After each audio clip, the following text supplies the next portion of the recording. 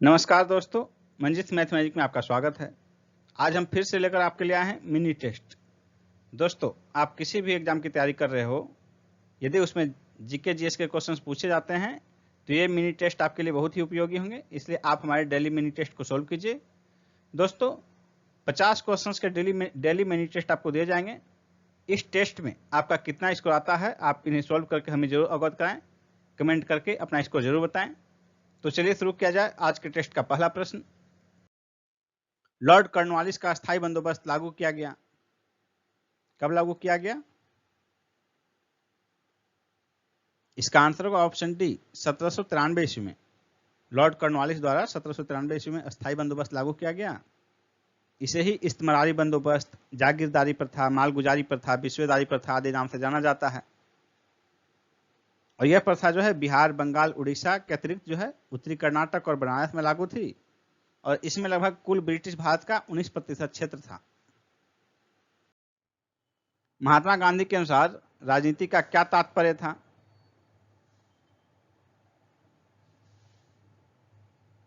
इसका आंसर होगा option B, जन कल्याण के लिए सक्रियता। महात्मा गांधी से संबद्ध निम्नलिखित आश्रमों में सबसे पुराना कौन है?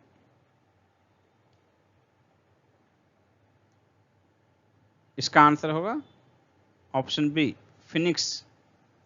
1904 में दक्षिण अफ्रीका के डरबन में गांधी जी द्वारा यह स्थापित किया गया था।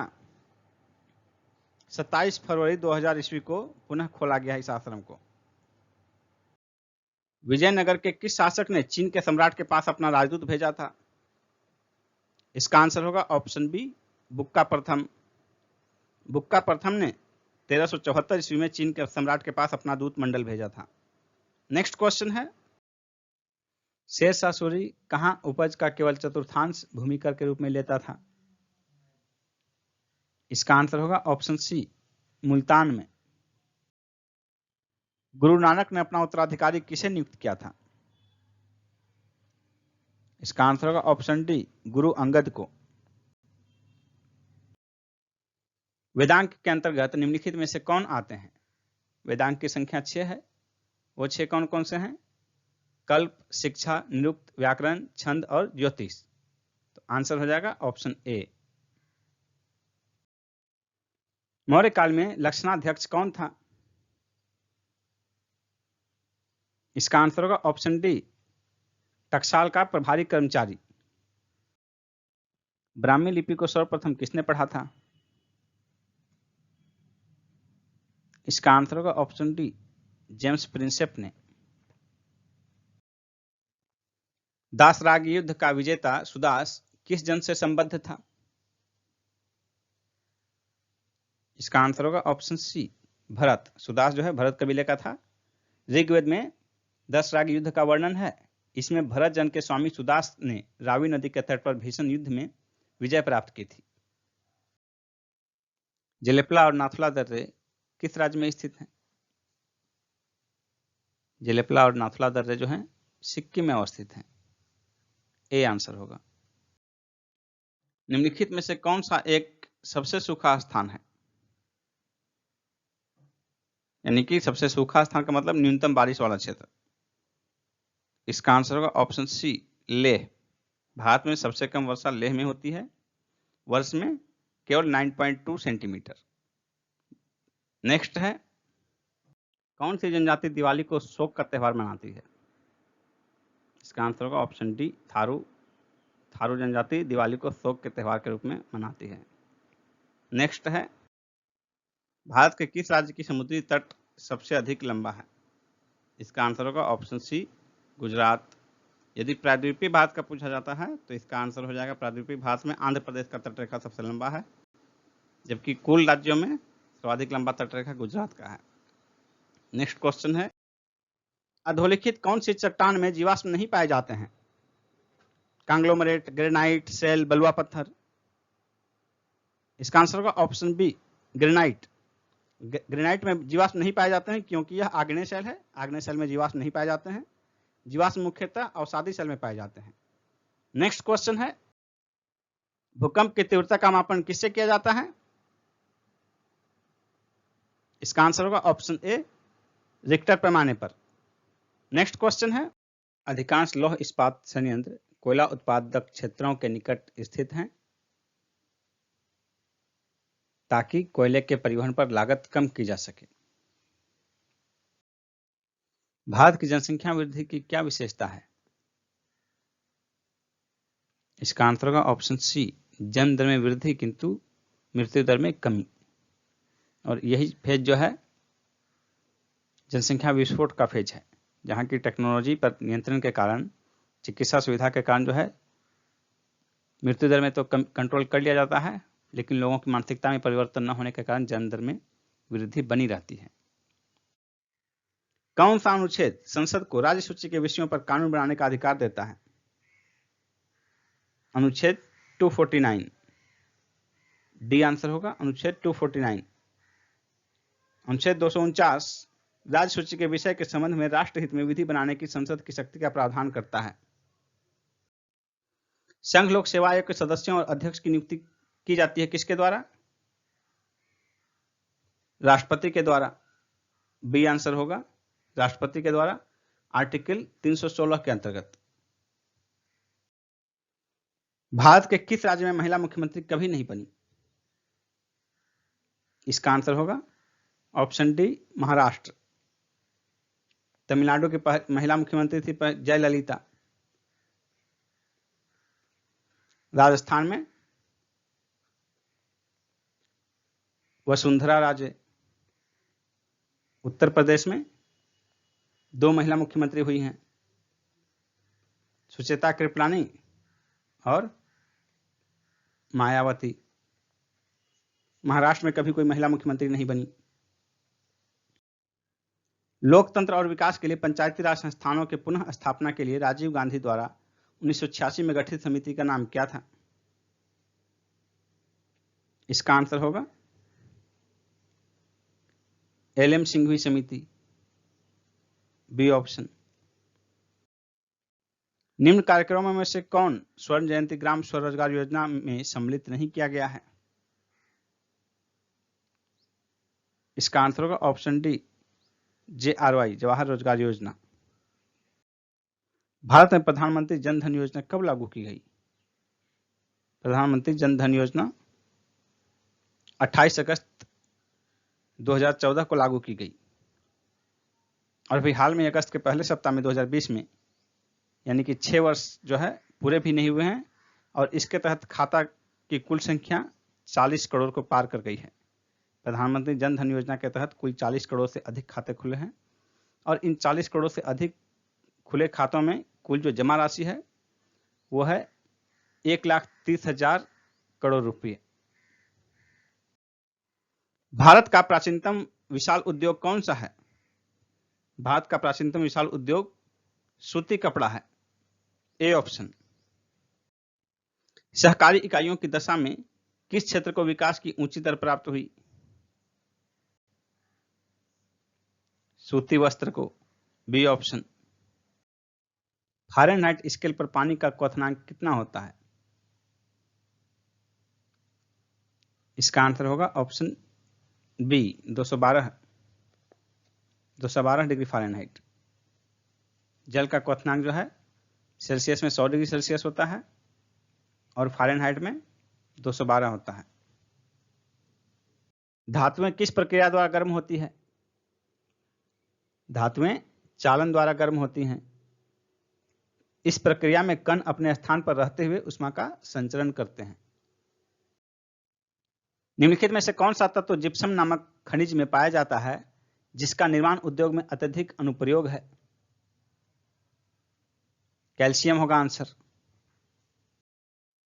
जनन नियंत्रण गोलियों में संश्लिष्ट हार्मोन होते हैं, डी आंसर होगा। विटामिन ई की कमी से क्या होता है? जनन क्षमता की कमी। विटामिन ई का रासायनिक नाम टोकोफेरॉल है। हरी सब्जियां इसका समृद्ध स्रोत हैं।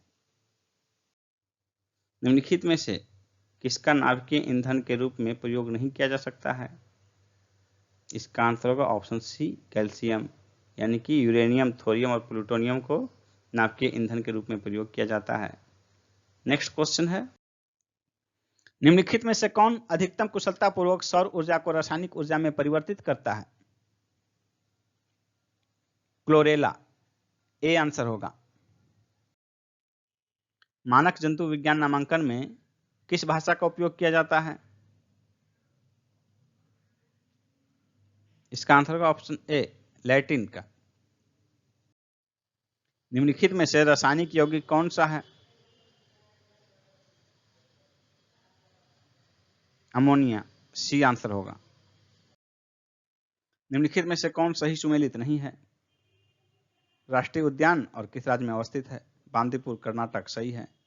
राजाजी, उत्तराखंड, सही है। सिमलीपाल, ओडिशा, यह भी सही है। पीन वैली, अरुणाचल प्रदेश, गलत है। पीन वैली जो है यह अरुणाचल प्रदेश में नहीं है बल्कि हिमाचल प्रदेश में है, इसलिए आंसर हो जाएगा ऑप्शन डी। सबके लिए सतत ऊर्जा दशक किसका पहल है? इसका आंसर होगा ऑप्शन ए, संयुक्त राष्ट्र संघ का। संयुक्त राष्ट्र संघ द्वारा 2014 से 24 के दशक को सभी के लिए सतत ऊर्जा का दशक घोषित किया गया है। निम्नलिखित वायु प्रदूषकों में से कौन रक्त धारा को दुष्प्रभावित कर मौत उत्पन्न कर सकता है? इसका आंसर होगा option D, carbon monoxide, CO। अम्ल वर्षा होती है कारखानों से, पेट्रोल से, कोयला जलाने से, लकड़ी से।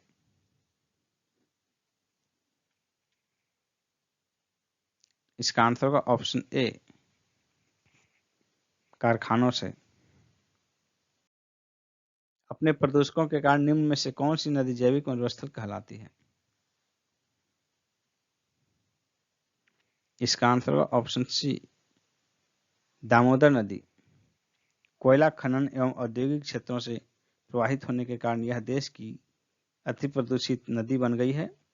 गिरिडीह एवं दुर्गापुर के बीच 300 किलोमीटर लंबे मार्ग में यह जैविक मरुस्थल होकर रह गई है। किस बैंक ने विकास अभय ऋण योजना प्रारंभ किया है? सी ऑप्शन होगा आंसर, कर्नाटक विकास ग्रामीण बैंक। इसकी स्थापना हुई थी 12 सितंबर 2005 को। नाम से स्पष्ट है कर्नाटक में है। इसका हेडक्वार्टर है कर्नाटक के धारवाड़ में। 72वें एमी अवार्ड्स में आउटस्टैंडिंग सीरीज का अवार्ड किसे प्रदान किया गया? सक्सेशन को, ए ऑप्शन, सक्सेशन। 14वें एशियाई फिल्म अवार्ड्स के लिए किस हिंदी फिल्म को नामित किया गया है? थप्पड़, सी आंसर, थप्पड़। किस बैंक ने सेफ पे सुविधा लॉन्च किया है? IDFC फर्स्ट बैंक ने, सी ऑप्शन। इस सुविधा के तहत ग्राहक डेबिट कार्ड आधारित पेमेंट कर सकते हैं। विश्व समुद्री दिवस कब मनाया जाता है? सितंबर के अंतिम गुरुवार को मनाया जाता है। 2020 में यह तिथि पड़ी थी 24 सितंबर को। यानी 2020 में विश्व समुद्री दिवस 2020 जो है वो 24 सितंबर को मनाया गया। और इसका थीम क्या था? Sustainable shipping for a sustainable planet.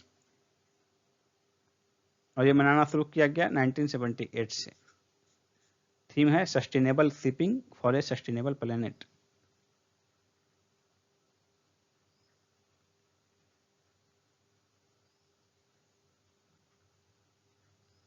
For a sustainable planet, उपग्रह, ग्रह। विश्व में सर्वाधिक तेज गति से रेलगाड़ी चलाने का श्रेय किस देश को प्राप्त है? जापान को। किस राज्य की कुल्लू घाटी को देव घाटी के नाम से जाना जाता है? हिमाचल प्रदेश। विश्व पर्यावरण दिवस कब मनाया जाता है? इसका आंसर होगा ऑप्शन ए, 5 जून को। और विश्व पर्यावरण संरक्षण दिवस ये 26 नवंबर को मनाया जाता है।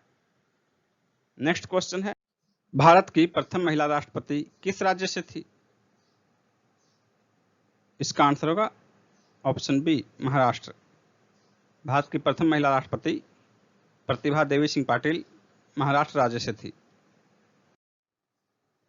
टेल ऑफ टू सिटीज नामक पुस्तक के लेखक कौन हैं? Charles Dickens, B option.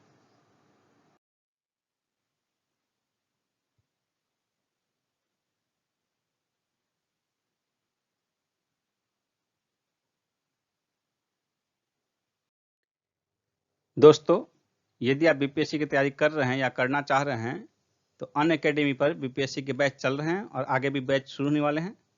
देखिए आपके सामने पूरा डिटेल दिया हुआ है कि कौन कौन से बैच कब शुरू हुए हैं और आगे कब शुरू होने वाले हैं, इनका ड्यूरेशन क्या होगा। जैसे यहाँ 60 डेज, 90 डेज, 90 डेज, 10 मंथ। ये जो है BPSC prelims plus mains Hindi में ये 10 अक्टूबर को शुरू हो चुका है और दूसरा देखिए 10 मंथ वाला 20 अक्टूबर को शुरू हो रहा है। तो आपको सब्सक्रिप्शन कैसे लेना है? यदि आप ज्वाइन करना चाहते हैं तो सबसे पहले अनअकैडमी ऐप को डाउनलोड कीजिए। उसके बाद देखिए यहाँ पर बीपीएससी का बैच है तो यहाँ बीपीएससी क्लिक कीजिए। फिर आपके पास ये ऑप्शन आएगा गेट सब्सक्रिप्शन। तो इस ऑप्शन में जो है गेट सब्सक्रिप्शन को आप क्लिक कीजिए। फिर देखिए आपके सामने आएगा ये सब्सक्रिप्शन कैसे लेना है। इसमें देखिए 1 महीने का कोर्स का फी यहाँ है, 3 महीने का, 6 महीने का, 12 महीने का। इसमें से आप कौन सा सेलेक्ट करना चाहते हैं उस पर क्लिक कीजिए। जैसे मान लीजिए आप 12 महीने का लेना चाहते हैं तो यहाँ क्लिक कीजिए। उसके बाद देखिए आपको ये प्रोसीड टू पे है। उसके पहले आपको यहाँ ये जो पोर्शन है इस पोर्शन में आप यदि हमारा रेफरल कोड यूज करते हैं तो आपको 10% का डिस्काउंट मिलेगा फ्री में। तो हमारा रेफरल कोड देखिए आपके सामने है शुभम 101, SHUBHAM 101। ये जो कोड है रेफरल कोड आप यूज कर सकते हैं। इसके यूज करने के बाद आप प्रोसीड टू पे करके पेमेंट कीजिए, आपको 10% का डिस्काउंट मिलेगा। और उसके बाद जो है आपका बीपीएससी से संबंधित सारा ऑप्शन जो है क्लास का खुल जाएगा। यहाँ देखिए गेट सब्सक्रिप्शन है। इसके बाद आप क्लास के बाद लाइव क्लास के साथ साथ पीडीएफ भी देख सकते हैं यहाँ और यहाँ डाउनलोड भी कर सकते हैं। और आगे देखिए how to attempt poll in live class. इसके लिए आपको यहाँ क्वेश्चन है लाइव क्लास में। तो देखिए ABCD ऑप्शन है, आप यहाँ ऑप्शन क्लिक करके अपना पोल भी दे सकते हैं। अब देखिए डाउट क्लियर कैसे करना है आपको। तो ये देखिए आपके सामने है डाउट क्लियरिंग सेशन। इसको क्लिक करके आप इस प्रक्रिया में आगे जा सकते हैं। इसके अतिरिक्त आपको क्विज अटेम्प्ट कैसे करना है तो इसमें देखिए शेड्यूल में आपका वीकली क्विज है, इसमें जाकर आप क्विज अटेम्प्ट कर सकते हैं।